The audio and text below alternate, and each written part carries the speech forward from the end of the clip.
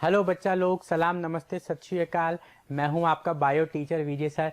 तो प्यारे बच्चों, इस बार अपन एक बहुत ही इंटरेस्टिंग टॉपिक लेके आए हैं जिसका नाम है हेरिडिटी एंड एवोल्यूशन। तो बच्चों, क्योंकि ये टॉपिक ऐसा है कि बेसिकली थोड़ा बहुत इसमें मैथ्स भी इन्वॉल्व हो जाती है। आमतौर पे वैसे तो बायोलॉजी में होता क्या है कि चीज़ें ऑलमोस्ट लर्न करने के लिए होती हैं, मैं बोलूँ रटने की होती हैं, सारी नहीं होती, कुछ तो होती हैं, लेकिन इस चैप्टर में आपको समझना ही पड़ेगा। इसलिए इस चैप्टर को पढ़ने में जो बच्चे मैथ्स लेने वाले उनको बड़ा ही मज़ा इस चैप्टर में आता है।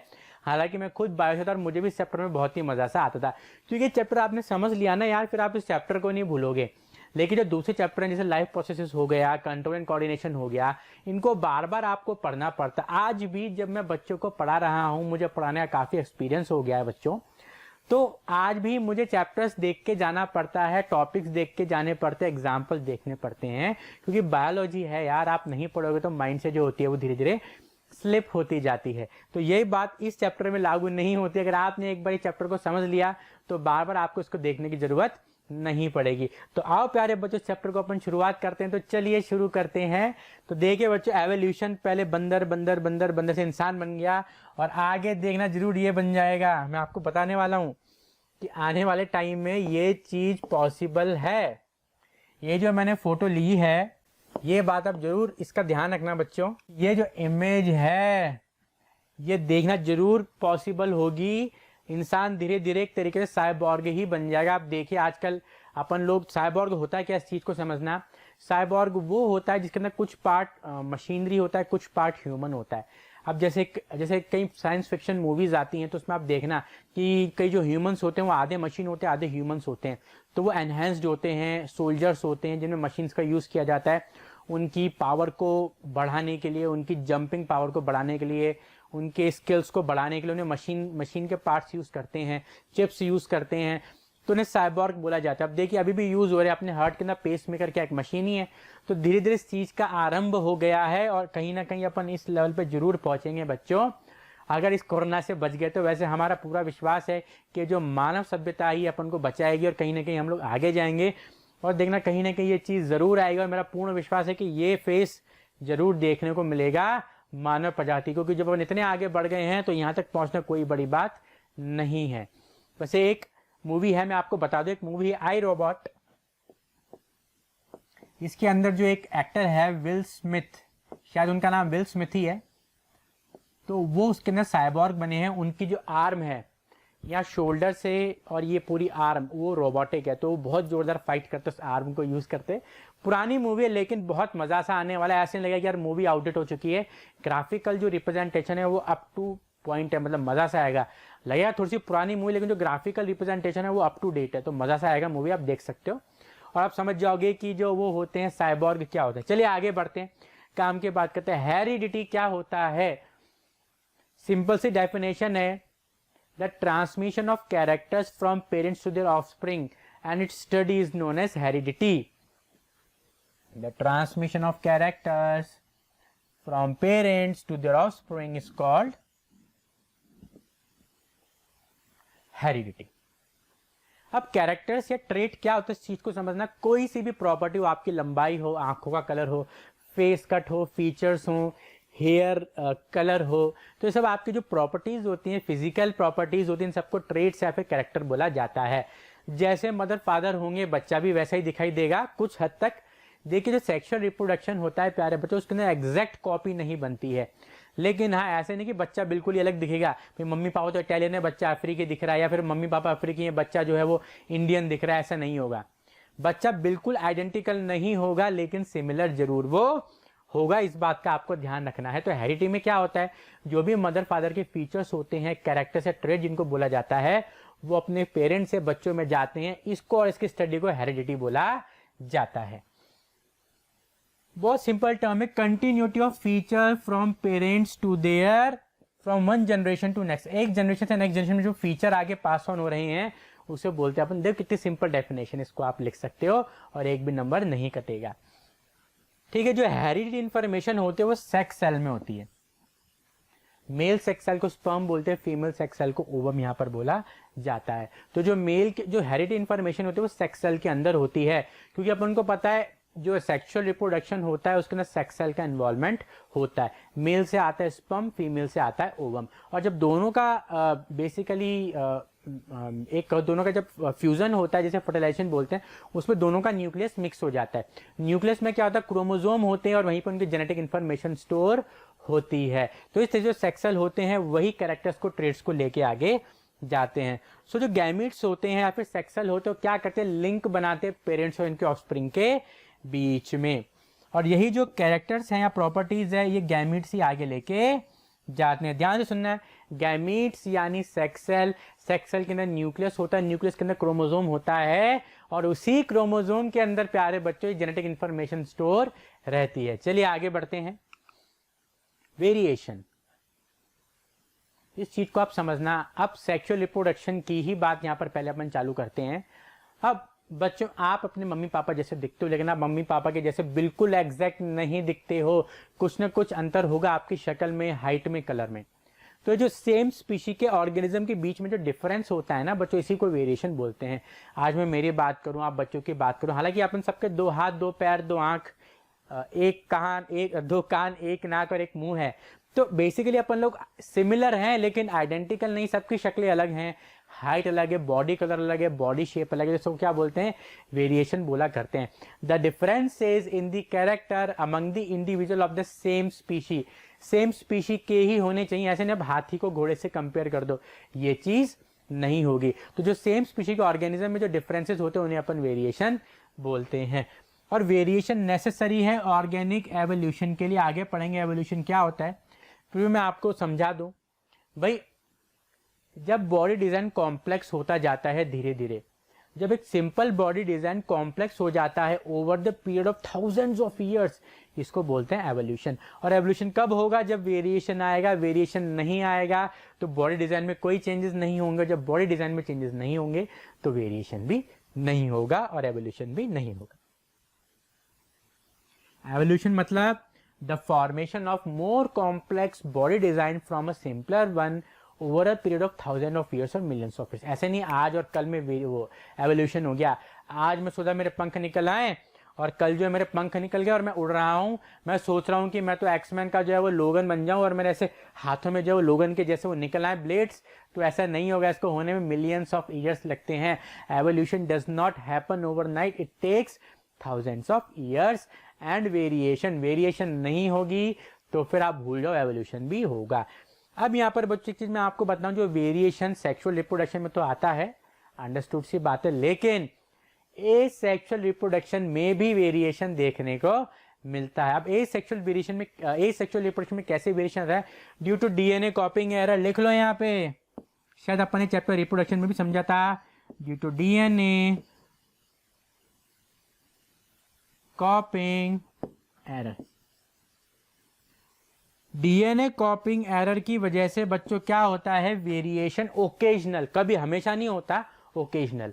आमतौर पे ए सेक्सुअल रिप्रोडक्शन में वेरिएशन नहीं आती है, लेकिन sometimes due to DNA copying error occasional variation यहाँ पर अराइज हो जाती हैं। तो हाँ, वेरिएशन सेक्सुअल रिप्रोडक्शन के साथ साथ ए सेक्सुअल रिप्रोडक्शन में भी देखने को मिलती है, लेकिन ए सेक्सुअल रिप्रोडक्शन में सिर्फ ओकेजनल होती है, यानी कभी कभी होती है due to DNA copying error. अब ये नोट क्या कहना चाह रहे हैं, इस नोट को जरा देखते हैं। A recognizable feature of human being like height, complexion, shape of fair, colour of eyes called characters. हाँ, अच्छी चीज है ये बच्चों। भाई जो भी चीज जिसको आप रिकॉग्नाइज करते हो, जैसे आपकी हाइट हो गई, कॉम्प्लेक्शन हो गया, कॉम्प्लेक्शन यानी कलर हो गया, shape of hair, colour of eyes, ये सब क्या होते हैं बच्चों, ये सब कैरेक्टर्स होते हैं, ट्रेट्स होते हैं जिनको आप रिकॉग्नाइज कर सकते हो, देख के बता सकते हो। चलिए आगे बढ़ते हैं। हाँ तो बच्चों, जैसे कि अपन ने पहले डिस्कस किया था कि भाई एसेक्सुअल रिप्रोडक्शन में भी वेरिएशन आती है, लेकिन वो ओकेजनल होती है। Some amount of variation is produced even during asexual reproduction due to DNA copying error.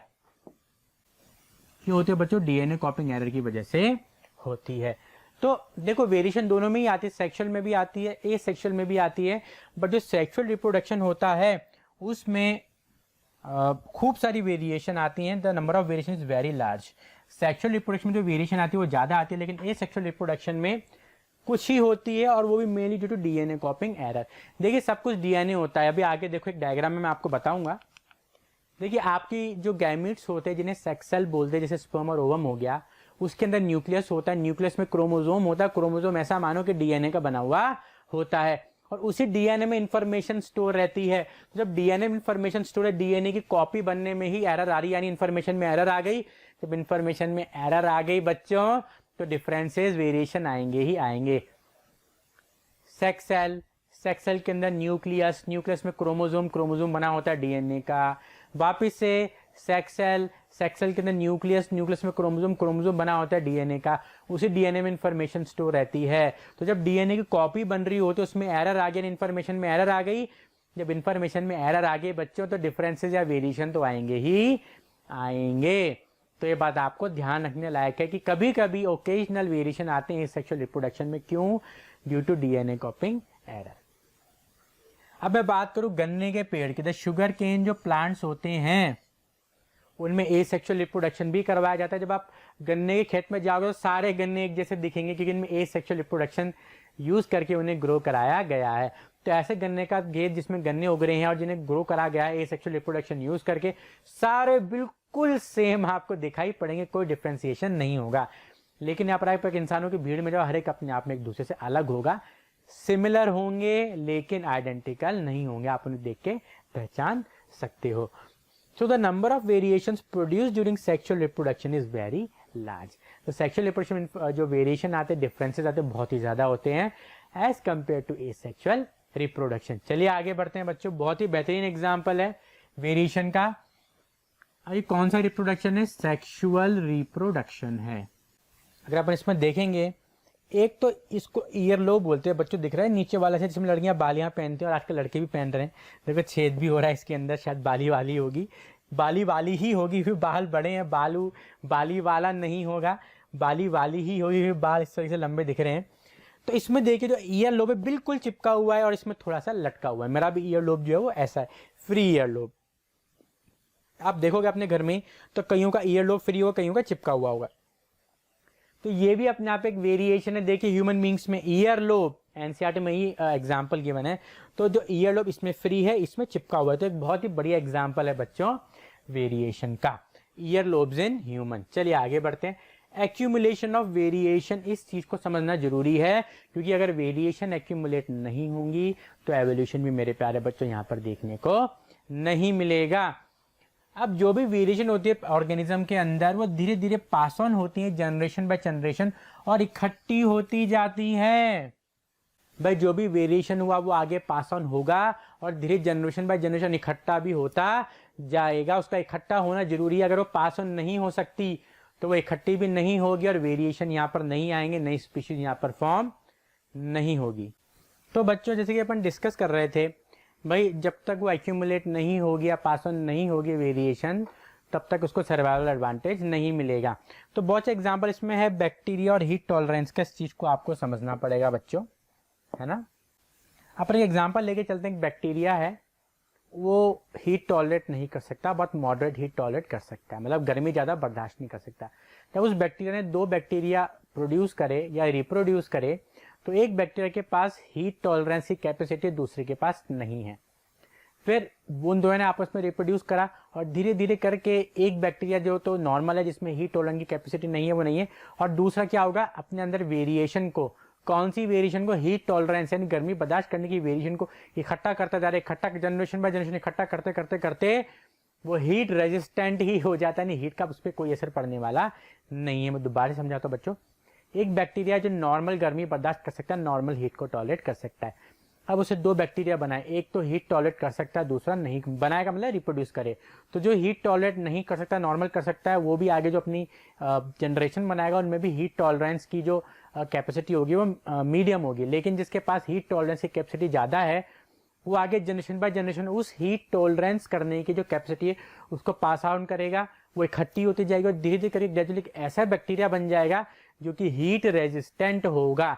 वे खुदा न खास्ता कभी ग्लोबल वार्मिंग हुई और गर्मी इतनी बढ़ गई, तो जो हीट रेजिस्टेंट है, जिसके पास हीट टॉलरेंस की कैपेसिटी है, वो बच जाएगा, सर्वाइव कर जाएगा, और दूसरा जो है वो निपट जाएगा, खत्म हो जाएगा, खलास। तो ये बेनिफिट होता है बच्चों वेरिएशन का। जब वेरिएशन पास ऑन होती है आगे जनरेशन में और इकट्ठी होती हैं तो उससे एक नई स्पीशी बनती है या फिर वेरिएशन का इनके बेनिफिट आपको मिलता है। इसलिए जो वेरिएशन होना है बहुत जरूरी होता है, वरना सर्वाइवल एडवांटेज या मैं बोलूँ नई स्पीशीज का बनना, ये दोनों ही चीजें कैंसिल आउट हो जाती हैं। चलिए आगे बढ़ते हैं। बेसिक्स। क्रोमोसोम क्या होते हैं? देखिए क्रोमोसोम में से थ्रेड लाइक स्ट्रक्चर होते हैं जो कि सेक्स सेल के न्यूक्लियस के अंदर होते हैं। वैसे हर सेल के न्यूक्लियस में होते हैं, लेकिन अपन यहाँ पर सेक्स सेल का ही एग्जांपल लेंगे क्योंकि अपन यहाँ पे सेक्स सेल की ही बात कर रहे हैं। तो जो सेक्स सेल होते हैं जैसे स्पर्म हो गया या ओवम हो गया, उनके न्यूक्लियस में क्या होते हैं बच्चों? क्रोमोसोम होते हैं। और इस क्रोमोसोम के अंदर जीन्स होते हैं और इन्हीं जीन्स के अंदर क्या होती है? जेनेटिक इंफॉर्मेशन स्टोर रहती है। जेनेटिक इंफॉर्मेशन बोले तो कि बच्चा लंबा होगा, छोटा होगा, काला होगा, गोरा होगा, कैसा होगा, वो सारी इंफॉर्मेशन को जेनेटिक इंफॉर्मेशन बोलते हैं। जेनेटिक इंफॉर्मेशन किस में होती है? जीन में। जीन किस में? क्रोमोसोम में। क्रोमोसोम किस में? न्यूक्लियस में। न्यूक्लियस किस में? सेक्स सेल के अंदर। जेनेटिक इंफॉर्मेशन किस में? जीन में। जीन किस में? क्रोमोसोम में। क्रोमोसोम किस में? न्यूक्लियस में। न्यूक्लियस किस में? सेक्स सेल में। तो अल्टीमेटली कह सकते हैं जो भी जेनेटिक इंफॉर्मेशन होती है वो सेक्स सेल के अंदर ही होती है। चलिए पढ़ते हैं। क्रोमोसोम एक थ्रेड लाइक स्ट्रक्चर होता है जो कि डीएनए का बना हुआ होता है और इसके ऊपर जीन्स होते हैं। आगे अपन ने समझ लिए जीन्स ये पहनने वाली जीन्स नहीं है। जो अलग अलग ऑर्गेनिज्म होते हैं उनकी बॉडी सेल के अंदर अलग अलग नंबर ऑफ क्रोमोसोम होते हैं। ऐसा नहीं है कि विजय के अंदर 46 हैं तो आयुष के अंदर 29 होंगे, पूजा के अंदर 131 होंगे, ऐसा नहीं है। इसका मतलब जो एक स्पीशी के ऑर्गेनिज्म होते हैं उन सभी में एक ही नंबर ऑफ क्रोमोसोम होगा। कि जितने भी ह्यूमन बींग्स है जो कि नॉर्मल है उन सभी ह्यूमन बींग्स में 46 नंबर ऑफ क्रोमोसोम होते हैं और ये फिक्स होते हैं।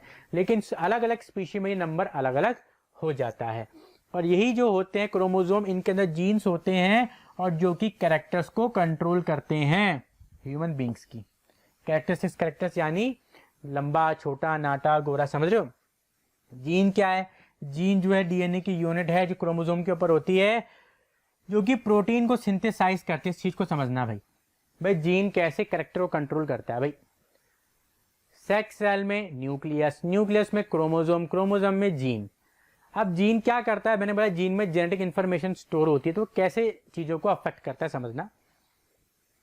तो जीन होता है वो एक प्रोटीन बनाता है और वो प्रोटीन वो चेंजेस लेके आता है। अब जैसे एक जीन है वो हाइट बढ़ाता है, तो हाइट कैसे बढ़ाएगा? ऐसे जादू की छड़ी घुमाएगा, खुल जा सिम सिम और हाइट बढ़ जा? नहीं, न तो गेट खुलेगा ना ही हाइट बढ़ेगी।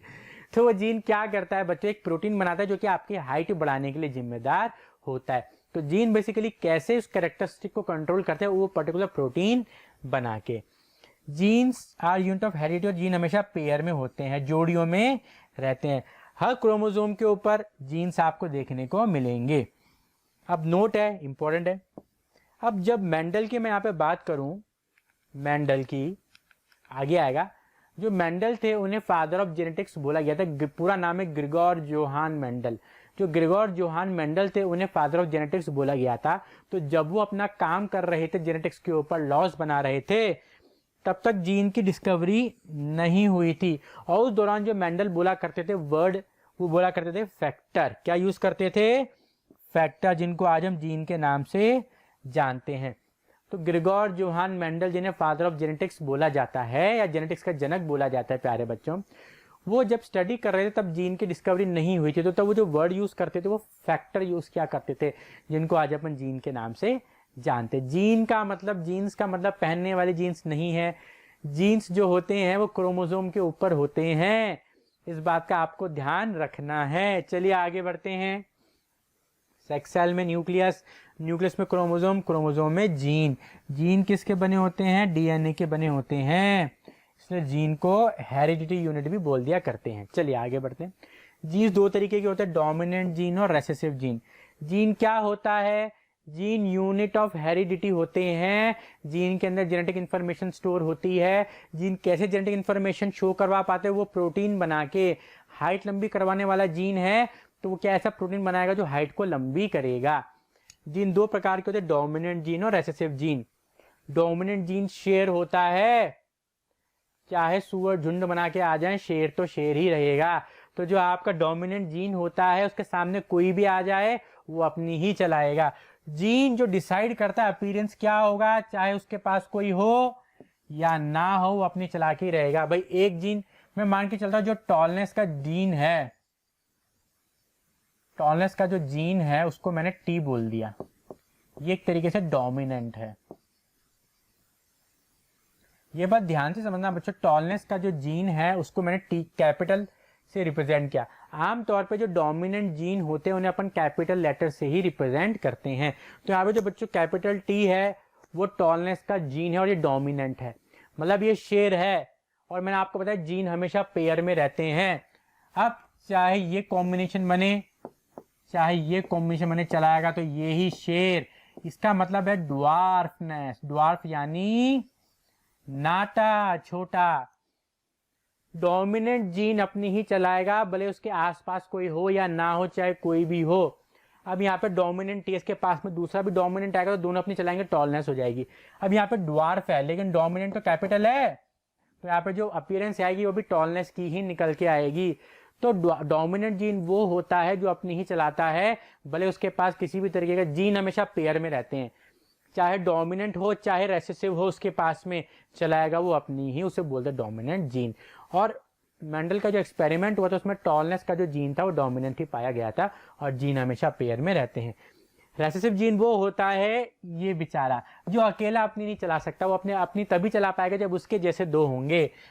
तो जब ऐसे दो आएंगे तभी बेचारा जो प्लांट होगा वो ड्वार्फ होगा यानी नाटा होगा। इसके तभी चलेगी जब इसके जैसा ही एक और आएगा। अगर इसके साथ डोमिनेंट आ गया तो इसकी नहीं चल पाएगी, टॉलनेस ही आएगी। ये अपने आप को कब एक्सप्रेस कर पाता है, जब इसके जैसा है, शर्मीला है, अपने जैसों के साथ ही घुल मिल पाता है। तो अपने आप को कब एक्सप्रेस करेगा, जब इसी के जैसा कोई और होगा।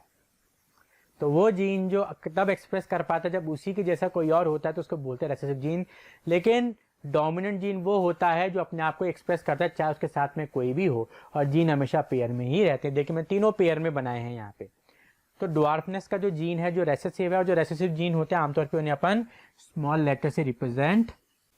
तो the dominant gene is represented by a capital letter and the recessive gene is represented by the corresponding small letter. जैसे टी यहाँ पे रिप्रेजेंट कर रहा है टॉल, और जो स्मॉल टी वो रिप्रेजेंट कर रहा है ड्वार्फनेस को। मेरे ख्याल से आप जो मेरा संदेश है उसको समझ गए होंगे। अगर ये बात समझ में नहीं आई तो बच्चों बहुत दिक्कत हो जाएगी, इस वीडियो को वापस से रिवाइंड करके देखना, तब तो आपको समझ में नहीं आया डोमिनेंट और रेसेसिव क्या होता है। नहीं आ रहा, डोमिनेंट शेर होता है उसकी चलेगी, रेसेसिव क्या है, भीगी बिल्ली है।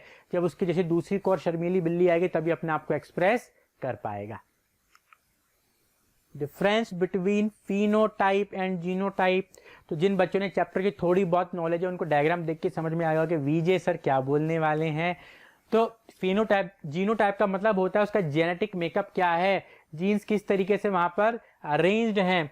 The description of genes present in an organism. Genotype को हमेशा अपन लेटर्स के तौर पे रिप्रेजेंट करते हैं, जैसे टीटी, टीटीडी, क्या जीनोटाइप यानी जीन्स किस प्रकार के हैं। इसमें दो डोमिनेंट हैं, दोनों रेसेसिव हैं, एक डोमिनेंट एक रेसेसिव है, तो ये हो गया जीनोटाइप।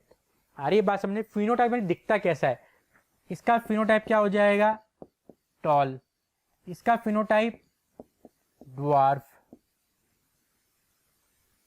इसका फिनोटाइप टॉल। तो जो चीज दिखती है उसको बोलते हैं फिनोटाइप, जबकि अंदर जो मसाला है उसको बोलते हैं जीनोटाइप। मसाला क्या है, कैपिटल टी, कैपिटल टी। मैंने पता जो कैपिटल लेटर होते हैं वो डोमिनेंट होते हैं, तो दोनों ही कैपिटल है, दोनों डोमिनेंट है। टॉलनेस, इसमें दोनों ही शर्मीले साथ में आ गए। जब दोनों शर्मीले साथ में आएंगे तो एक्सप्रेस करेंगे ड्वार्फ यानी नाटा। ड्वार्फ का मतलब नाटा, छोटा। यहाँ पे कैपिटल टी, स्मॉल टी। मैंने कहा था कि जो कैपिटल टी जहां पर आ जाता है ना वो अपनी ही चला के मानता है, तो यहाँ पर टॉल ही होगा, भले इसके साथ में आपका रेसेसिव आए या ना आए। तो जो भी जेनेटिक अंदर रिप्रेजेंटेशन होती है उसको बोलते हैं अपन जीनोटाइप, और जो अपन को फिजिकली दिख रहा है उसको बोलते हैं फिनोटाइप। क्लियर है बच्चों, आगे बढ़ते हैं। Allele, alternate form of gene is known as allele. Gene के तरह तरह, जीन के डिफरेंट टाइप्स को बोलते हैं अलील। अब एक हाइट का जीन है, समझिए, अब एक हाइट का जीन है। अब हाइट टॉल भी हो सकती है और ड्वार्फ भी हो सकती है। अब आपको पता है टॉलनेस क्या है, डोमिनेंट है तो कैपिटल लेटर, ड्वार्फनेस क्या, रेसेसिव है तो स्मॉल लेटर। अब देखिए जो टॉलनेस है ये भी हाइट को रिप्रेजेंट करे, ड्वार्फनेस जो है वो भी हाइट को रिप्रेजेंट कर रही है। तो हाइट के ही दो विभिन्न रूप हैं, एक टॉलनेस का, एक शॉर्टनेस का। तो ये होते हैं alleles. The alternate form of gene are known as allele, जैसे T and T. F1 generation, F1 से फॉर्मूला 1 रेस की बात आती है, मर्सिडीज, ठीक है, हमेशा आमतौर पे मर्सिडीज ही जीतती है। तो जब दो पेरेंट्स आपस में रिप्रोड्यूस करते हैं, क्रॉस या ब्रीड का मतलब है रिप्रोडक्शन, तो जब दो ऑर्गेनिज्म आपस में रिप्रोड्यूस करते हैं, जो पहली जनरेशन आती है उसको बोलते हैं first filial generation, F1 generation. F का मतलब होता है यहाँ पर प्रोजनी, प्रोजनी यानी बेबी। जब पेरेंट्स आपस में क्रॉस करते हैं, ब्रीड करते, रिप्रोड्यूस करते हैं, तो जो उनकी संतान होती है, ऑफस्प्रिंग होती है, उसको बोलते हैं F1 generation, first filial generation. Filial का मतलब होता है ऑफस्प्रिंग यानी बेबी। F2 जनरेशन, जब पेरेंट ने रिप्रोड्यूस करा, F1 जनरेशन बनाई। अब जब F1 जनरेशन के इंडिविजुअल ने रिप्रोड्यूस करा, तो उनकी जो प्रोजनी आएगी उसे बोलेंगे F2 जनरेशन। सरल भाषा में जो मम्मी पापा हुए वो हो गए पेरेंट, उनके जो बच्चे हुए वो हो गए F1 जनरेशन, बच्चों के भी बच्चे यानी पोते पोती, उन्हें बोलेंगे अपन F2 generation. Mummy papa parents, mummy papa के बच्चे हो गए F1 जनरेशन, और बच्चों के बच्चे यानी पोता पोती वो हो गए F2 जनरेशन। बहुत सरल भाषा में। अब आगे बढ़ते हैं। ग्रिगोर जोहान मेंडल, बच्चों इनको नमस्ते करो, ये हैं फादर ऑफ जेनेटिक्स, जिन्हें जेनेटिक्स का जनक भी बोला गया है। So his name is Grigor Johan Mendel, he is an Austrian, he was an Austrian monk, ठीक है। इसने जो स्टडी करी थी वो करी थी अपने पी प्लांट के ऊपर। एक गार्डन पी था, इधर आप देख सकते हैं, ये जो पी था ये था गार्डन पी, ये जंगली पी नहीं था, इट्स अ गार्डन पी, जिसका जो साइंटिफिक नेम है वो है पाइसम सटाइवम। एक ऑस्ट्रियन मॉन्क थे, इन्होंने इनहेरिटेंस ऑफ ट्रेड्स को पढ़ा। ट्रेड्स का मतलब होता है फैक्टर, प्रॉपर्टीज, उनका इनहेरिटेंस मतलब कैसे पास ऑन हो रही है। भाई जब दोनों पेरेंट्स लंबे हैं तो बच्चा भी लंबा होगा, तो लंबाई का जो ट्रेट है वो कैसे पास ऑन हो रहा है। इनहेरिट का मतलब होता है आगे पास ऑन होना। भाई आज अपन बोलते हैं भाई जो फलाना आदमी है इसने अपने पापा की प्रॉपर्टी को इनहेरिट किया, यानी पापा जी की जो प्रॉपर्टी थी उसको मिली, इनहेरिट हुई। तो जो ट्रेट्स है, कैरेक्टर जो इनहेरिट होते हैं, उसकी स्टडी करिए भाई कैसे इनहेरिट होते हैं। लॉज ऑफ इनहेरिटेंस को बनाया, जब स्टडी करे तो लॉज बनाएगा, रूल्स बनाएगा, और इसीलिए उसको फादर ऑफ जेनेटिक्स भी बोला गया प्यारे बच्चों। और जिस प्लांट पे इसने स्टडी करी थी वो था गार्डन भी, जिसे पाइसम सटाइवम भी बोला जाता है। अब आगे बढ़ते हैं अपन। Gregor Mendel was the first scientist to make a systematic study of patterns of inheritance. Inheritance का मतलब मैंने आपको बताया था कि आगे पास ऑन करना, which involve the transfer of characters from parents to progeny. Progeny का मतलब ऑफस्प्रिंग भी यहाँ पर होता है, ऑफस्प्रिंग यानी बेबी। ऑफस्प्रिंग का मतलब प्यारे बच्चों बेबी होता है यहाँ पे। अब इसने पी प्लांट को यूज किया था, साइंटिफिक नेम है पाइसम सटाइवम, जो उसे अपने घर के गार्डन में ही उगाए थे। मेंडल ने जो पी प्लांट को चूज किया था, क्यों? क्योंकि उसमें क्लियर कट नोटिसेबल डिफरेंसेस देखने को मिलते थे। तो उसके जो कैरेक्टर्स थे, जैसे लंबाई का हो गया, फूलों का कलर हो गया, फूलों का कलर व्हाइट है कि वायलेट है, टॉल है कि शॉर्ट है, उसके जो वो हैं बेसिकली दाने, मटर के दाने, वो राउंड है कि रिंकल है, ग्रीन है कि येलो है, तो जो डिफरेंसेस थे वो देख के ही पता पड़ते थे। तो इसलिए इसने पी प्लांट को ही चूज करा, क्योंकि इसमें number of clear cut differences थे जो देखते ही बनते थे। अच्छा बच्चों, हाइब्रिड क्या होता है? जब दो अलग अलग वैरायटी के बीच में क्रॉस करवाते, रिप्रोड्यूस करवाते, उसे अपन हाइब्रिड बोलते हैं। जैसे खच्चर एक हाइब्रिड है गधे का और घोड़े का। जब गधे और घोड़े के बीच में अपन आर्टिफिशियल वे में रिप्रोडक्शन करवाते हैं, वैसे गधे और घोड़े आपस में रिप्रोडक्शन नहीं करते, इसमें ह्यूमन बींग्स का इन्वॉल्वमेंट होता है, कुछ आर्टिफिशियल मेथड्स इन्वॉल्व होते हैं। तो जो अलग अलग वैरायटी के बीच में रिप्रोड्यूस कराने के बाद जो अपन को मिलता है उसे हाइब्रिड बोलते हैं। तो हाइब्रिड्स एनिमल में भी देखने को मिलते हैं और प्लांट्स में भी देखने को मिलते हैं। हाइब्रिड्स क्यों बनाए जाते हैं? ताकि अपना जो पर्सनल बेनिफिट हो या अपनी जो डिजायर हो वो पूरी हो सके। अब खच्चर जिसे अपन म्यूल बोलते हैं वो भी एक हाइब्रिड है, ये मैं एनिमल की बात कर रहा हूं। अब घोड़ा क्या होता है? बहुत एग्रेसिव होता है, मतलब घोड़ा जो होता है वो बहुत एग्रेसिव, मतलब मजबूत होता है, घोड़े में जान होती है, लेकिन वो है ना आपकी बातें पूरी नहीं सुनेगा, ठीक है। लेकिन जो गधा होता है ना, वो गधा उसको जैसा बोलोगे वैसा करता जाएगा, वजन ढोता जाएगा। तो उन्होंने क्या करा, गधे और घोड़े के बीच में क्रॉस करवाया, जिससे खच्चर निकल के आया जो घोड़े के जैसा थोड़ा सा चतुर भी है और गधे के जैसा बात मानने वाला भी है और गधे के जैसा वजन उठाने वाला भी है। तो इस तरीके से जो म्यूल है इनको क्यों बनाया जाता है, ताकि जो जो दो अलग अलग वैरायटी है उनकी जो डिजायरेबल कैरेक्टरिस्टिक है वो एक ही के अंदर आ जाए। बट ये बात ध्यान रखना, जो हाइब्रिड होते हैं वो आम तौर पे इनफर्टाइल होते हैं। इनफर्टाइल का मतलब है कि आपस में आगे बेबी प्रोड्यूस नहीं कर सकते। चलिए आगे बढ़ते हैं बच्चों। Now characteristics of P plant, जो मटर का पौधा है इसने लिया था, मटर की सीजन चल रहा है बच्चों, ठंड में मटर एक लेग्यूमिनस प्लांट है फुल ऑफ प्रोटीन। जो भी लोग वेजिटेरियन हैं और जिनका प्रोटीन जो होता है डेली बेसिस का फुलफिल नहीं हो पाता, वो अपनी डाइट में मटर को ऐड ऑन करे तो मटर से आपको अच्छा खासा फाइबर भी मिलेगा और प्रोटीन भी मिलेगा। बट हाँ, ये बात मैं मानता हूँ कि जो भी वेजिटेरियन डाइट होती है उसमें आमतौर पर जो प्रोटीन होता है वो इनकम्प्लीट प्रोटीन होता है। इसलिए जो भी आपको एथलीट्स दिखेंगे वो या तो वे प्रोटीन लेते हुए मिलेंगे आपको या फिर नॉनवेज खाते हुए मिलेंगे, क्योंकि आमतौर पे जो नॉन वेजिटेरियन फूड होता है उसका जो प्रोटीन होता है वो आमतौर पे कंप्लीट प्रोटीन देखने को मिला है। और जो आपके प्लांट बेस्ड प्रोटीन होते हैं वो मेजोरिटी मोस्ट ऑफ देम क्या होते हैं, प्रोटीन तो होते हैं लेकिन इनकम्प्लीट होते हैं। तो आगे बढ़ते हैं, खैर अपन कहीं और चले गए। तो बस जिसकी डाइट में प्रोटीन की कमी है, डॉक्टर ने बोला प्रोटीन कम है, तो वो लोग या जो एक्सरसाइज करता है, कसरत करता है स्पोर्ट्स में, बॉडी बिल्डिंग में, तो जो बिल्कुल एकदम कंपटीशन में नहीं जाता लेकिन प्रोटीन गोल को देखो, कंपटीशन में जाने के लिए रिप्ड बॉडी होनी चाहिए। तो जो लोग कंपटीशन नहीं खेलते लेकिन उन्हें प्रोटीन रिक्वायरमेंट पूरी करनी है, पूरी नहीं हो पा रही है, वो सप्लीमेंट्स नहीं लेना चाहते, तो वो मटर को अपनी डाइट में ऐड ऑन करें। तो जो उसने कैरेक्टरिस्टिक्स ली थी वो थी सीड की शेप, मटर के दाने गोल हैं कि मुरझाए हुए हैं, रिंकल्ड। सीड का कलर, दाने का कलर पीला है कि हरा है। फ्लावर जो होते हैं उसके वो वायलेट हैं कि वाइट हैं।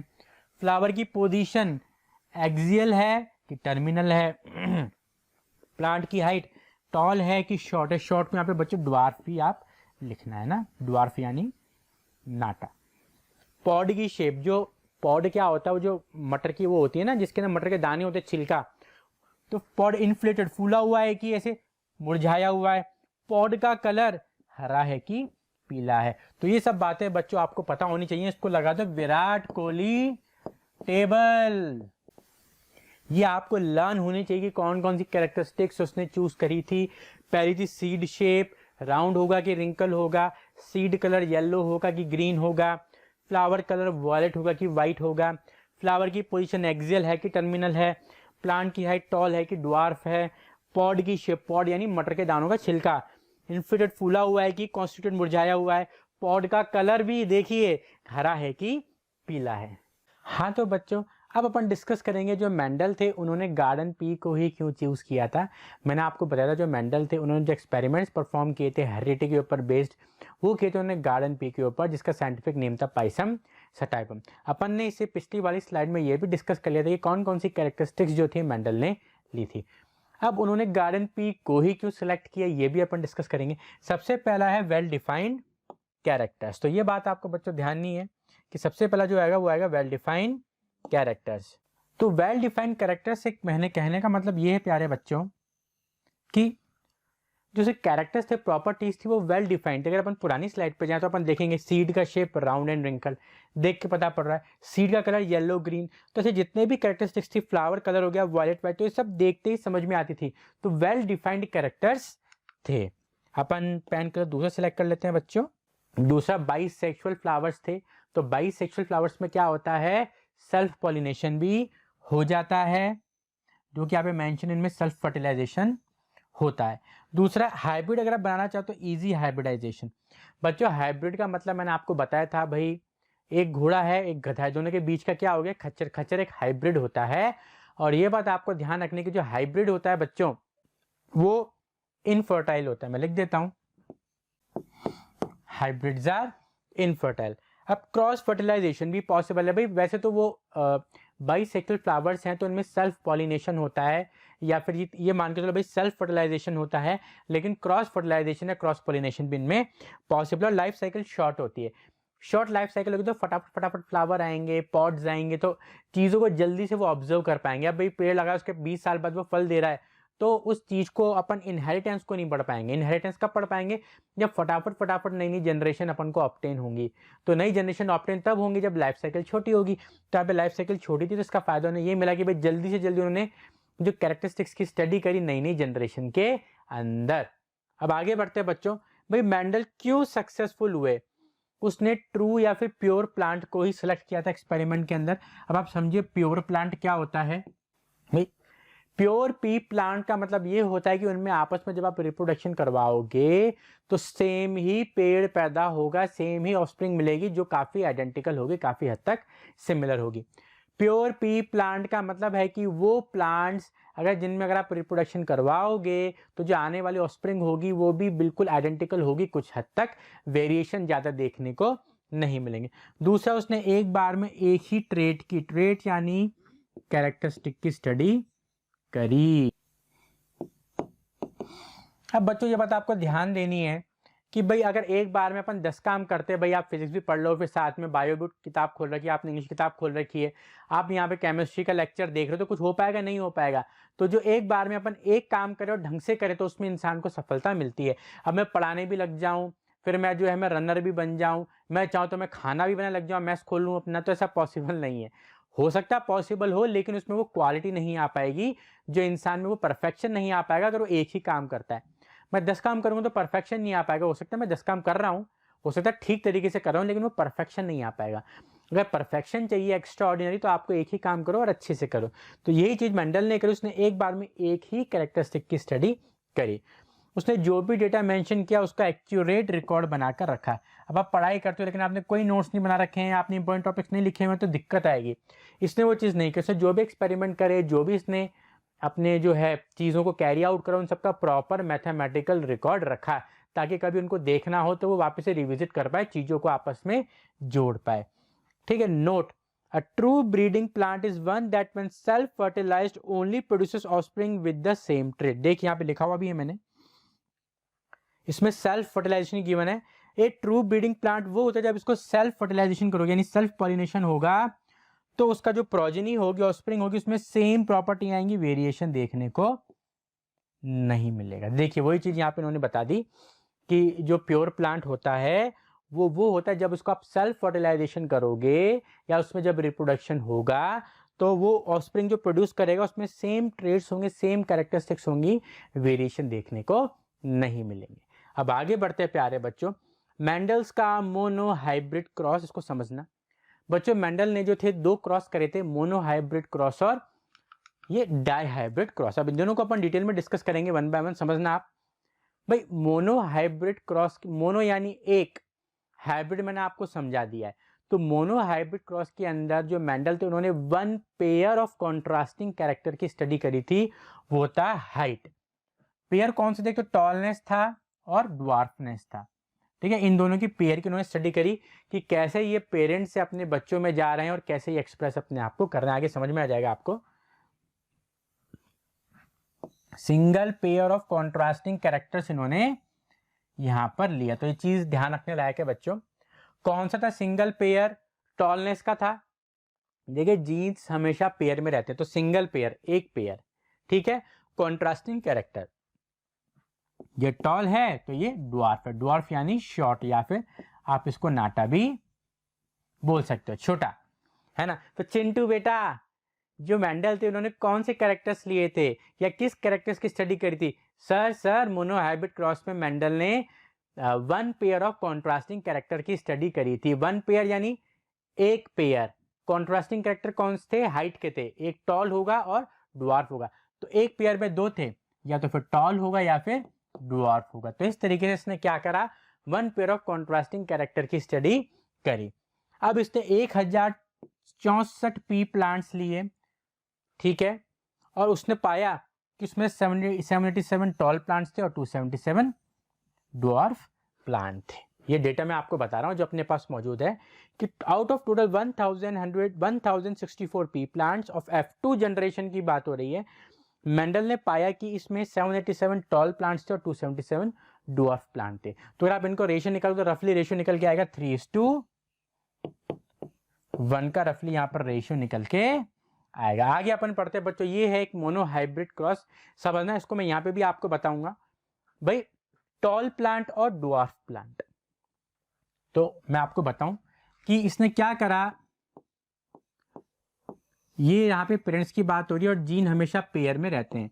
अब प्योर प्लांट है बच्चों, इस तरीके को बोलते हैं होमोजाइगस, जहाँ पे दोनों ही अलील सेम होते हैं, या तो दोनों ड्वार्फ होंगे, यानी दोनों रिसेसिव होंगे, या फिर दोनों डोमिनेंट होंगे, अलग अलग नहीं होगा। इस तरह की सिचुएशन को बच्चों अपन बोलते हैं होमोजाइगस। मैं लिख देता हूं, या तो ये होगा या फिर ये होगा। इस तरह की सिचुएशन को प्यारे बच्चों होमोजाइगस बोला जाता है। और कुछ इस तरह की सिचुएशन को हेटेरोजाइगस बोला जाता है। मैं यहां लिख देता हूं, ये वाली जो सिचुएशन होती है इसको बोलते हैं हेटेरोजाइगस, क्योंकि अलग अलग है दोनों। समझ रहे हो बात को? ये दोनों क्या हैं? अलग अलग हैं, इसलिए बोला हेटेरोजाइगस। अब समझना इस बात को बच्चों, दोनों पेरेंट हैं, ठीक है। ये है टॉल, देखिए मैंने आपको बताया था जो कैपिटल लेटर में लिखा होता है वो होता है आपका डोमिनेंट, और जो स्मॉल लेटर में लिखा होता है वो होता है रेसेसिव। तो अब टॉल प्लांट क्या है? डोमिनेंट है। ड्वार्फ प्लांट क्या है? रेसेसिव है। अब इन दोनों में क्या होगा बच्चों? जीन्स बनेंगे। अब जीन्स ऐसे बनते, देखो मतलब गैमीट फॉर्मेशन होगा। आपको पता है गैमीट फॉर्मेशन के दौरान अलग अलग हो जाते हैं, तो यहाँ पे भी आप अलग अलग कर दीजिए, टी और टी। ये ऊपर क्या है? पेरेंट्स हैं, ये गैमीट फॉर्मेशन हो गए। अब इन दोनों के बीच में क्रॉस होगा। अगर आप देखो क्रॉस करोगे तो चारों में ही एक सिचुएशन आ रही है, यानी किसी भी केस में अगर आप इसको इससे करोगे क्रॉस, या इसको इससे करोगे क्रॉस, इसको इससे करोगे, इसको इससे करोगे, दोनों ही केस में एक ही चीज आएगी, वो होगी कैपिटल टी और स्मॉल टी। तो एक तरीके से हेटेरोजाइगस हो जाएगा। क्या हो जाएगा? हेटेरोजाइगस। देखें यहाँ पे मिल गया आपको टीटी। ये भी क्या होगा बच्चों? टॉल होगा। अगर अपन देखें ये भी क्या होगा? टॉल होगा, क्योंकि मैंने आपको बताया था जिसमें जो कैपिटल टी क्या है, ये एक डोमिनेंट जीन है। तो डोमिनेंट जीन क्या होता है चिंटू बेटा? बेटा सर डोमिनेंट जीन शेर होता है, शेर अकेले आता है, झुंड में तो सुअर आते हैं। तो यहाँ पे जो टी है वो एक डोमिनेंट जीन है। तो जो टी है यहाँ पर बच्चों तो अपने आप को ही एक्सप्रेस करेगा। हालांकि हेटेरोजाइगस नहीं है, ये होमोजाइगस है, लेकिन यहाँ पर जो देखने को मिलेगा वो टॉल ही देखने को मिलेगा। यहाँ पे लिखा हुआ है क्लियरली टॉल। तो ये F1 जनरेशन हो गई। मतलब पेरेंट का जब क्रॉस करवाते हैं तो पहली जनरेशन मिलती होती है F1 जनरेशन। F1 जनरेशन में देखिए सारे आपको टॉल मिलेंगे, ऑल टॉल। देखिए अगर मैं इस कैपिटल टी को स्मॉल टी से करूंगा तो भी यही आएगा, अपन को ये टी मिलेगा। इसको इस कैपिटल टी को इस स्मॉल टी से करूंगा तो भी आपको ये कॉम्बिनेशन मिलेगा।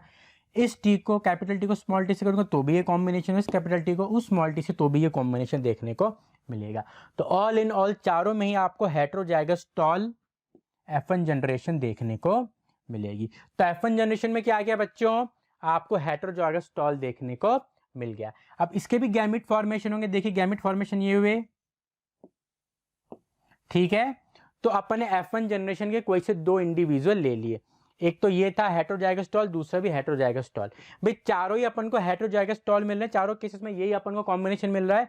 तो इसमें से दो इंडिविजुअल उठा लो और उसके बीच में क्रॉस करवा। तो ये बात हमेशा ध्यान रखना, क्रॉस करने से पहले प्यारे बच्चों गैमिट फॉर्मेशन होता है, और गैमिट फॉर्मेशन में अलग अलग ये हो जाते हैं। तो यहाँ पे भी क्या हो रहा है बच्चों? गैमिट्स बन रहे हैं। देखो क्लियरली रिटर्न है यहाँ पे, capital T small T, capital T small T. अब इसमें अपन पुनेट स्क्वायर मेथड लगा रहे हैं, इसको बोलते हैं पुनेट स्क्वायर मेथड या फिर चेकर बोर्ड। ये जो सिंबल है इसका मतलब होता है मेल, और ये जो सिंबल इसका मतलब होता है फीमेल।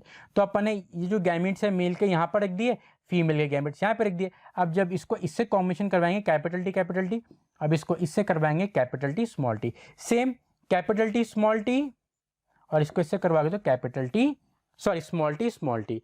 तो यहाँ जब आप देखोगे एक तो है homozygous tall, heterozygous tall, heterozygous tall और होमोजाइगस ड्वार्फ। तो यहाँ पे जो रेशियो निकल के आता है फिनोटाइपिक, यानी जो देखने से पता पड़ रहा है वो है 3 टॉल और 1 ड्वार्फ। तो जो आपका फिनोटाइपिक रेशियो होता है जो पूछा जाता है वो हो गया 3:1, 3 टॉल हैं और 1 ड्वार्फ है। लेकिन मैं जीनोटाइपिक रेशियो की बात करूं तो ये एक अपने आप में अलग है, ये दोनों सेम है, ये अलग है। तो 1:2:1 निकल के आ गया जीनोटाइपिक रेशियो। जो फिनोटाइपिक रेशियो होता है उसको मेंडल्स मोनोहाइब्रिड रेशियो भी बोलते हैं, इसको मेंडल्स मोनोहाइब्रिड रेशियो भी बोला जाता है प्यारे बच्चों, है ना, मेंडल्स मोनोहाइब्रिड रेशियो। मैं दोबारा आपको बता दो समझना इस बात को बच्चों। मेंडल्स के मोनोहाइब्रिड क्रॉस में मेंडल ने single pair of contrasting character के इनहेरिटेंस की स्टडी करी थी, वो थे टॉलनेस। अब टॉल भी हो सकता है और ड्वार्फ भी हो सकता है। तो इसने प्योर प्लांट लिए थे, तो जो टॉल प्लांट था वो था होमोजाइगस टॉल, क्योंकि दोनों सेम है, और जो ड्वार्फ प्लांट था वो भी था होमोजाइगस ड्वार्फ। दोनों क्या है बच्चों, स्मॉल टी हैं। अब जब इन पेरेंट के बीच में क्रॉस होगा तो क्रॉस होने से पहले क्या होता है बच्चों, गैमीट फॉर्मेशन होता है। तो देख यहाँ पे गैमीट फॉर्मेशन कैसे होगा, अलग अलग हो जाएंगे, capital T small T small T. जब इनको क्रॉस करवाओगे आप, इस कैपिटल टी को स्मॉल टी से तो टी बनेगा, इसको इस कैपिटल टी को स्मॉल टी से तो भी टी बनेगा। तो इन चारों को जब आप आपस में कॉम्बिनेशन बिठाओगे तो एक ही कॉम्बिनेशन निकल के आएगा, होगा कैपिटल टी और स्मॉल टी। देखने में तो होगा ये टॉल, लेकिन कैसा होगा, हेटेरोजाइगस टॉल, क्योंकि सेम नहीं है, अलग अलग हैं। अगर सेम होते तो बोलते होमोजाइगस, लेकिन अलग अलग इसलिए बोलेंगे हेटेरोजाइगस। टॉल क्यों है, क्योंकि डोमिनेंट यहाँ पर टॉल है, इससे टॉल ही निकल के आया। तो F1 जनरेशन में जो अपन को मिला प्यारे बच्चों, वो सारे मिले अपन को टॉल। कौन से टॉल, हेटेरोजाइगस टॉल। तो F1 जनरेशन हो गया। अब F1 जनरेशन के जो इंडिविजुअल है उसमें क्रॉस करवाएंगे, तब जाके अपन को F2 जनरेशन मिलेगी। तो वही क्रॉस करवाने से पहले गैमिट फॉर्मेशन में क्या होता है, अलग अलग हो जाते हैं कि capital T small T capital T small T. अब क्रॉस करवाओ, अब जब कॉम्बिनेशन बढ़ जाते हैं तो अपन ये पुनेट स्क्वायर मेथड या फिर चेकर बोर्ड यूज करते हैं। ऐसे आप बॉक्सेस बना लीजिए, इस साइड मेल के रखोगे, इसका मतलब होता है मेल तो कैपिटल टी स्मॉल टी, इस साइड फीमेल तो कैपिटल टी स्मॉल टी। जब इनके कॉम्बिनेशन बिठाओगे, इस कैपिटल टी को इस कैपिटल टी से, इस कैपिटल टी को स्मॉल टी से, ये मिल गया। इस कैपिटल टी को स्मॉल टी से, इस स्मॉल टी को स्मॉल टी से, तो ये अपन को यहाँ पर मिल गया। तो देखोगे ये capital T tall, capital T small T tall, capital T small T tall, और दो स्मॉल टी तो ड्वार्फ। तो देखने से 3 टॉल और 1 शॉर्ट है, तो फिनोटाइपिक रेशियो आएगा 3:1। मैंने आपको बता रखा है फिनोटाइप का मतलब होता है फिजिकल अपीयरेंस यहाँ पर। लेकिन जीनोटाइपिक रेशियो की बात करो, ये अपने आप में अलग है, ठीक है, ये दोनों सेम है यानी 2, और ये अपने आप में अलग, तो 1:2:1। तो इस तरीके से प्यारे बच्चों जीनोटाइपिक रेशियो आपका निकल के आ जाएगा।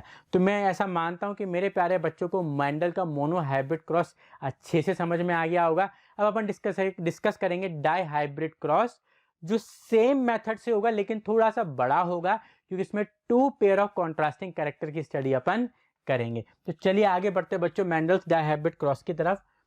अब इसमें inheritance of 2 pair of contrasting character को डिस्कस करेंगे। इसमें भी पी प्लांट ही लिया है। अब क्या होंगे, एक तो होगा राउंड येलो, दूसरा होगा रिंकल्ड ग्रीन। भाई अब अपन इसमें कलर चेंज कर लेते हैं। मैं राउंड येलो को तो पीला लेता हूं, और रिंकल्ड ग्रीन को मैं ले लेता हूं ग्रीन ही ले लेता हूं। चलो राउंड येलो और रिंकल्ड ग्रीन।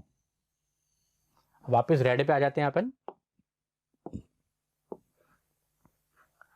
अब जो राउंड येलो है, मैं आपको बता दूं, राउंड येलो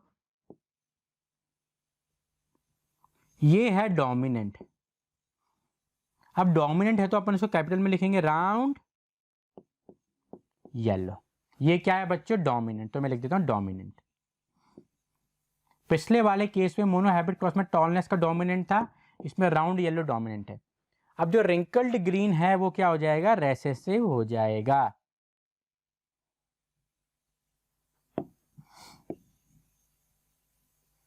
रिंकल्ड ग्रीन जो है वो रेसेसिव हो जाएगा, क्योंकि रेसेसिव इसलिए अपन इसको स्मॉल लेटर से रिप्रेजेंट करा। तो ये बात आप समझ जानी कि 2 पेयर से, इसलिए अपन एक राउंड का लिया येलो का, रिंकल्ड का ग्रीन का, राउंड का ये है और येलो का ये है। इन दी सेम में रिंकल्ड का स्मॉल आर और ग्रीन का स्मॉल वाई। तो ये चीज आपको समझ में आ जानी चाहिए। तो इसमें मेंडल ने एक टोटल 556 F2 सीड्स लिए थे।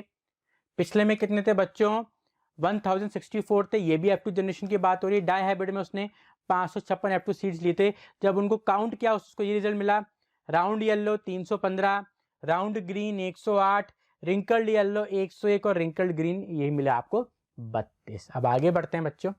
ये हो गया dihybrid cross, same process चलेगा। पेरेंट्स कौन से? Round yellow, wrinkled green. मैंने आपको बताया था राउंड येलो क्या है, डोमिनेंट ऐसे दोनों कैपिटल से लिखे, रिंकल्ड येलो रेसेसिव से दोनों को स्मॉल लेटर से लिखा। अब बच्चों ये बात ध्यान रखना कि क्रॉस करवाने से पहले गैमिट फॉर्मेशन होता है, तो मैं आपको बताता हूं इसका गैमिट फॉर्मेशन कैसे हो रहा है। RRYY और यहां पर RRYY। अब देखिए ये R इससे और ये इससे, ये R इससे और ये इससे, तो सारे केस में आपको यहां पर RY मिलेगा, ठीक है गैमिट। और इस केस में इसको चाहे इससे या फिर ये वाला कॉम्बिनेशन, ये वाला या फिर ये वाला कॉम्बिनेशन, तो दोनों ही केस के अंदर आपको ये वाला जो है बच्चों गैमिट मिल जाएगा। तो ये पेरेंट था, ये क्या था? ये था पेरेंट, नीचे क्या हो गया? गैमिट। हमेशा क्रॉस करवाने से पहले गैमिट फॉर्मेशन होता है। आप गैमिट का क्रॉस करवाएंगे तो आपको मिलेगा RRYY। ये हो गई आपकी F1 जनरेशन, ठीक है। R कैपिटल है, Y कैपिटल, राउंड येलो ही मिलेगा, लेकिन ये कैसा होगा? हेटेरोजाइगस, क्योंकि अलग अलग है। तो सारा ही आपको राउंड येलो देखने को यहाँ पर मिलेंगे। वहां पे भी ऐसा हुआ था, मोनोहाइब्रिड में जो आपका F1 जनरेशन आया था उसमें भी टॉल देखने को मिला था। मोनोहाइब्रिड के F1 जनरेशन में भी डोमिनेंट वाला ही आया था, वो भी हेटेरोजाइगस था। देखिए टॉल था, टॉलनेस डोमिनेंट है और हेटेरोजाइगस है। सेम यहाँ पे भी ये हुआ डायहाइब्रिड में कि आपको राउंड येलो देखने को मिला, और क्योंकि राउंड येलो डोमिनेंट था और वो क्या हेटेरोजाइगस देखने को मिला। ये F1 जनरेशन हो गई। अब F1 जनरेशन के दो इंडिविजुअल में अपन क्रॉस करवाएंगे। क्रॉस करवाने से पहले क्या होगा? गैमिट फॉर्मेशन होगा। अब देखिए गैमिट फॉर्मेशन या तो इसका इससे करवाओ, इसका इससे करवाओ, या इसका इससे, स्मॉल r स्मॉल y। तो अपन को ये कॉम्बिनेशन मिलेंगे 4, कैपिटल R कैपिटल Y, ठीक है। Then capital R small y, then small r capital Y, small r and small y। तो ये 4 अपन को कॉम्बिनेशन मिले, तो ठीक है। तो वही सेम बात यहाँ पे फीमेल, यहाँ पर मेल। तो देखिए capital R capital Y, capital R capital Y, capital R small y, capital R small y, ठीक है। Capital Y small r, capital Y small r, और दोनों स्मॉल। तो सेम यहाँ पे होंगे, सेम यहाँ पर होंगे। चेकर बोर्ड में एक फीमेल होगा, एक मेल होगा, कॉम्बिनेशन सेम ही आएंगे। अब इनके बीच में आप क्रॉस करवाएंगे, जब आप इनके बीच में से क्रॉस करवाएंगे तो ये पूरा कॉम्बिनेशन आपको देखने को मिलेगा। भाई ये गैमेट इससे ये, फिर इससे ये, फिर इससे ये, फिर इससे, जब पूरे कॉम्बिनेशन को करोगे तो आपको ये जो रिजल्ट है ऑब्टेन होगा। इस पे 9 मिलेंगे आपको येलो राउंड, 3 मिलेंगे ग्रीन राउंड, 3 मिलेंगे येलो रिंकल्ड और 1 मिलेगा ग्रीन रिंकल्ड। तो 9:3:3:1 मिलेगा फिनोटाइपिक रेशियो। तो फिनोटाइपिक रेशियो जो यहां पर निकल कर आएगा, जो प्यारे बच्चों यहां पर फिनोटाइपिक रेशियो जो निकल कर आएगा वो आएगा 9:3:3:1। मेंडल के डायहाइब्रिड क्रॉस में जो आपका फिनोटाइपिक रेशियो निकल के आता है F2 जनरेशन के अंदर, वो होता है 9:3:3:1।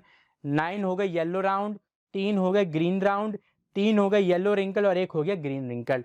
क्योंकि अपन को दिख रही हैं 9 अपन को येलो राउंड दिख रहे हैं, 3 अपन को ग्रीन राउंड दिख रहे हैं, 3 येलो रिंकल दिख रहे हैं और 1 ग्रीन रिंकल दिख रहा है। तो फिनोटाइपिक रेशियो निकल के आता है 9:3:3:1। वैसे पूछा नहीं जाता है, अगर कोई पूछे कि इसका जीनोटाइपिक रेशियो क्या होगा तो आप उसको बता देना।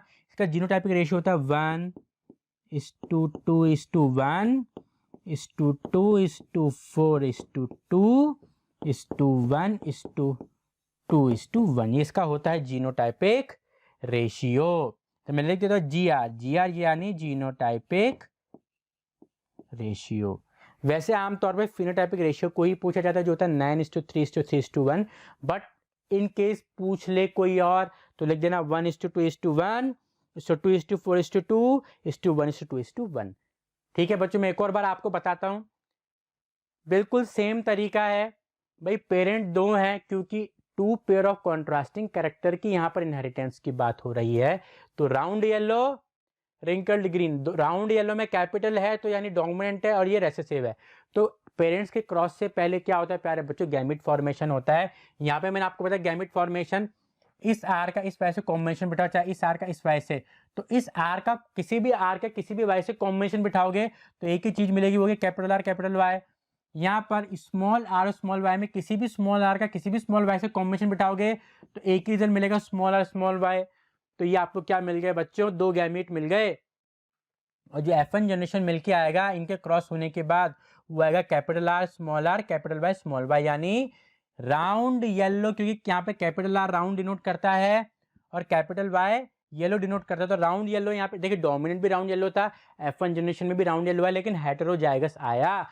अगर अपन मेंडल के मोनो हैबिट में बात करें तो भी टॉल आया था, टॉल डोमिनेंट था, यहाँ पे भी टॉल आया डोमिनेंट, लेकिन हेटेरोजाइगस है, वहां पर होमोजाइगस था। तो देखिए पैटर्न सेम सा ही देखने को अपन को मिल रहा है यहाँ पे। अब ये एक इंडिविजुअल F1 जनरेशन का एक इंडिविजुअल है, ऐसे खूब सारे बनेंगे, लिखा अपन ने एक ही है, ऐसे बनेंगे खूब सारे, लिखा एक ही है समझाने के लिए। तो ऐसा आप 2 लोगे, एक तो ये लोगे और एक और यहाँ पे लोगे, 2 लोगे आप। ये जो केस है ये एक इंडिविजुअल F1 जनरेशन, ऐसे 2 लेंगे अपन क्रॉस करवाने के लिए। लेकिन चलो मैं लिख देता हूँ यहाँ पे, कंफ्यूजन ना हो आपको, एक ये आया, एक ये रहा, capital R small R capital Y small Y. आप ये मत सोचना कि सर ने एक ही के बीच में कैसे क्रॉस करवाया, ये एक इंडिविजुअल ऐसे आपको बहुत सारे मिलेंगे। तो ये 2 ले लिया अपन ने, देखिए सेम सेम है दोनों। इसमें क्या हुआ, कॉम्बिनेशन बटेगा, capital R capital Y, capital R small R capital Y small Y. ठीक है, ये 4 कॉम्बिनेशन। इस वाले F1 जनरेशन में भी यही चारों कॉम्बिनेशन आएंगे क्योंकि सेम है। तो मेल वाले को यहाँ पर रख दिया और फीमेल वाले को यहाँ पर रख दिया। फिर वही चेकर बोर्ड मेथड, इसको इससे फ्यूज, इसको इससे, इसको इससे। तो जब ऐसे कॉम्बिनेशन बिठाओगे तो आपको पूरी टेबल मिल जाएगी। और जब आप इसका फिनोटाइप देखोगे, 9 yellow round, 3 green round, 3 yellow wrinkled और 1 ग्रीन रिंकल्ड आपको देखने को मिलेगा। ये देखने की बात हो रही है यहाँ पे ऊपरी तौर पे। तो फिनोटाइपिक रेशियो निकल जाएगा 9:3:3:1। वैसे जीनोटाइपिक रेशियो नहीं पूछा जाता है, कभी गलती से किसी ने पूछ लिया तो बोले ना 1:2:1, 2:4:2, 1:2:2:1। तो मेरे प्यारे बच्चों, मैं ये आशा करता हूँ कि आज का जो टॉपिक है वो आपका प्रॉपर क्लियर हुआ होगा। ये बात ध्यान से सुनना है कि जो मोनो हाइब्रिड और डाइहाइब्रिड क्रॉस हैं, इसके ऊपर बेस्ड कई बार क्वेश्चन पूछ लिए जाते हैं इस टॉपिक में से। तो इन दोनों को छोड़ के गलती से भी मत जाना। इस चैप्टर के अंदर मैंने आपको अच्छे से पढ़ाया है और एक को 2-2 बार पढ़ाया है। तो मैं आशा करता हूँ कि आज का जो टॉपिक होगा बच्चों वो आपका काफ़ी क्लियर हो गया होगा। तो आज का वीडियो मेरे प्यारे बच्चों अगर आपको बहुत ही अच्छा लगा और समझ में आया तो इस वीडियो को लाइक कीजिए, हमारे चैनल को सब्सक्राइब कीजिए और आने वाले वीडियोस मिस ना हो इसके लिए हमारे बेल आइकन को भी आप दबा दीजिए। आज के लेक्चर में बस इतना ही। Thank you and bye bye.